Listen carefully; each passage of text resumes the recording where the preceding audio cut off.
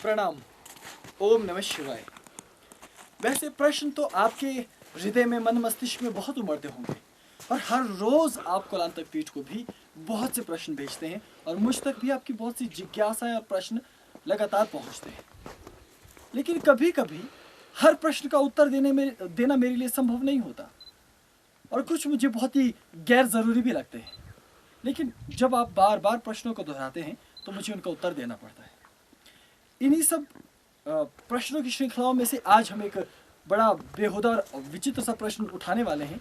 वो ये कि किसी ने मुझसे कई बार ये पूछा कि ईश पुत्र या कोलांतकनाथ, हम आपको किस स्वरूप में पूजें, अर्थात किस भाव में पूजें, क्योंकि कौन सा स्वरूप या कौन सा भाव हमारे लिए श्रेष्ठ रहता है। अब ये एक विचित्र प्रश्न है क्योंकि आपके हृदय में कौन सा भाव है ये प्रमुख है। अगर आप मुझे पुत्र के रूप में देखते हैं तो वो पुत्र वाला भाव है। आप मुझे अपने गुरु के रूप में देखते हैं तो गुरु वाला भाव है। आप मुझे इष्ट के रूप में देखते हैं तो वो इष्ट वाला भाव है। आप मुझे प्रेमी के रूप में देखते हैं तो वो प्रेमी वाला भाव है। ये तो भक्त का अपना निजी चयन होना चाहिए कि वो अपने गुरु को, अपने इष्ट को या किसी भी व्यक्ति को किस स्वरूप में देखता है। ये एक नितांत प्रश्न है और आपका निजी प्रश्न है और इसका उत्तर भी आपका बिल्कुल नितांत निजी ही रहेगा। इसका कोई उत्तर निश्चित तौर पर हो नहीं सकता क्योंकि मैं कोई एक व्यक्ति या सत्ता नहीं हूँ। मेरा शरीर अवश्य एक व्यक्ति या सत्ता है, लेकिन कोलांतक पीठ का पीठाधीश्वर होने के नाते मेरा अस्तित्व केवल शिव ही है।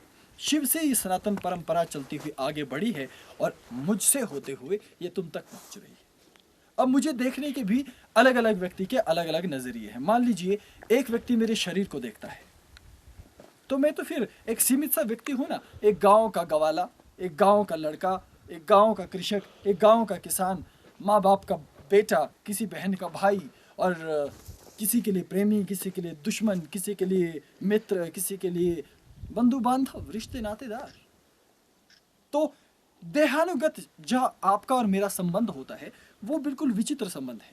लेकिन जब आप इस देहानुगत संबंध से उस पार मेरे दूसरे स्वरूप को देखते हो, जो आत्मिक संबंध है और जो कोलांतक पीठ से आपका संबंध जुड़ा है, जो गुरुमंडल से लेकर एक धारा बहती हुई आप तक आ रही है, उसका एक दूसरा संबंध है। इसलिए ये महत्वपूर्ण है कि क्या आप मुझसे जुड़ते हो या मेरे देहानुगत अस्तित्व से। हालांकि एक विचित्र सी घटना कुछ दिनों पहले हुई भी थी।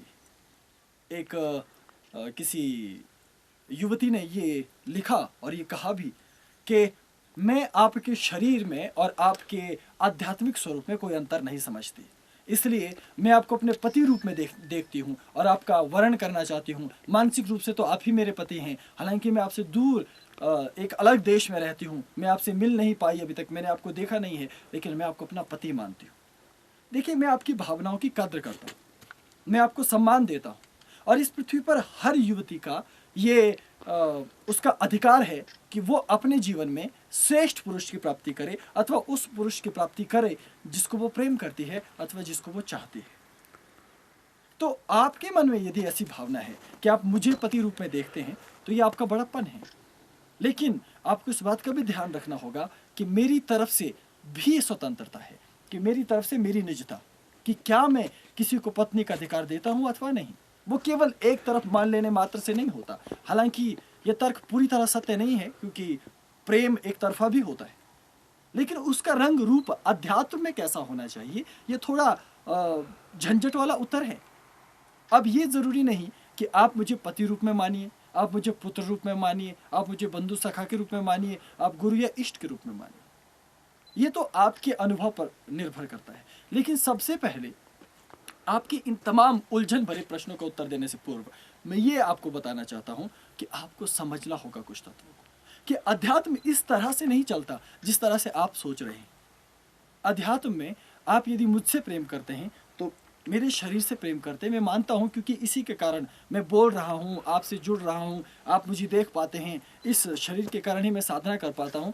तो बेशक ये शरीर एक अहम है, एक अहम पड़ाव है और आप में से बहुत लोग जो मुझे बहुत ज़्यादा प्रेम करते हैं वो चाहते हैं कि वो मेरे आसपास रहें। लेकिन याद रखिए, निकटता, बहुत अधिक निकटता भी कई बार सुहाती नहीं है, और कई बार बहुत अधिक दूरी भी सुहाती नहीं है।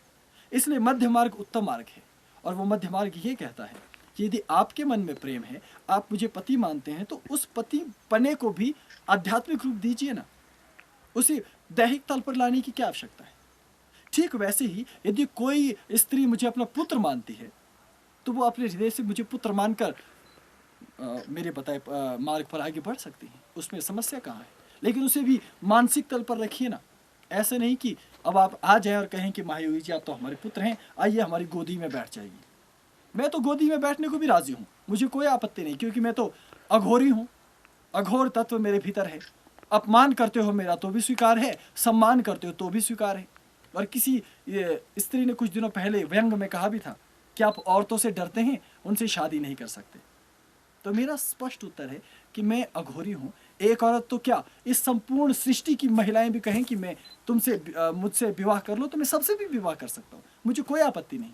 लेकिन ये कोई आध्यात्मिक मर्यादा नहीं है, ये कोई आध्यात्मिक चिंतन नहीं है, ये कोई कौलांतक संप्रदाय की वो रीत नहीं है जिससे तुम परम गति की ओर जा सको। यदि ऐसा होता कि केवल मुझसे विवाह कर लेने से, या मुझे अपना पुत्र बना लेने से, या मुझे अपना मित्र बना लेने से, या मेरे साथ खाना खाने से तुम उस मार्ग की तरफ जाते, तो मैं खुद मैं तुम्हें ये कहता आकर कि मेरे साथ बैठकर भोजन करो, मेरे साथ बैठकर तुम गाना गाओ, मेरे साथ बैठकर तुम अपने सुख दुख बांटो, मुझे अपना पुत्र बना लो, अपनी गोदी में मुझे बिठा दो, क्योंकि मैं अगर तुम्हारी गोद में बैठ जाऊंगा तो तुम्हें मुक्ति मिल जाएगी। बहुत ही अजीब सा प्रश्न है। देखिए, मैं फिर आपको ये कह रहा हूं कि मैं इन बातों के द्वारा आप पर कोई कटाक्ष नहीं कर रहा, आपकी भावनाओं को ठेस नहीं पहुंचा रहा। अगर आप गुरु मान रहे हैं, मैंने आपको दीक्षा नहीं दी, मैं नहीं देता दीक्षा, तो इसका तात्पर्य ये नहीं है कि यदि आप मन में मुझे गुरु मान रहे हैं तो मैं कहूँ अरे तुम कौन होते हो मुझे गुरु मानने वाले। ऐसा नहीं है। मैं भी एक मनुष्य हूँ, मेरे पास भी हृदय है, मन है, बुद्धि है। मैं आपसे प्रेम करता हूँ, इसलिए आपको लताड़ता भी हूँ, झाड़ता भी हूँ, समझाता भी हूँ, और आपकी भावनाओं की कदर भी करता हूँ। लेकिन कुल मिलाकर अगर मैं आपका मान लीजिए पुत्र भी बन गया, तो क्या मैं आपकी मृत्यु को रोक सकता हूँ? क्या मैं आपको सत्य के पथ पर ले जा सकता हूँ? नहीं ना। अगर मान लीजिए मैंने बहुत सारी महिलाओं से शादी कर भी ली, या आप सबको कहा ठीक है आप पति हैं तो आ जाइए ना, मंदिरों में फेरे लगाते हैं, तो क्या आपको मुक्ति मिल गई? क्या आप उससे परम तत्व तक पहुंचे? नहीं पहुंचे ना। कोई कहती है कि मैं आपको अपना भाई बना लेती हूँ, ठीक है तुम राखी बांध दो, लेकिन क्या तुम उससे परम गति मिलेगी? नहीं मिलेगी ना। तो कौलांतक पीठाधीश्वर होने के नाते, और मेरा बाल्यकाल से लेकर एक ही तो संबंध है तुमसे, और वो प्रेम है आध्यात्मिक अलौकिक प्रेम।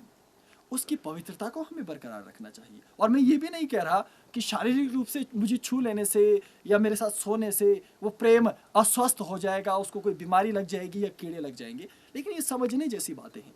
कभी कभी ऐसे तत्वों को समझाना मुश्किल जान पड़ता है, और ये वो बातें हैं कि शायद समाज इनको सुनना न पसंद करे, लोग इन पर चर्चा करना पसंद ना करे, लेकिन ये वो चीज़ें हैं जो तुम हर रोज़ मुझसे कहते हो।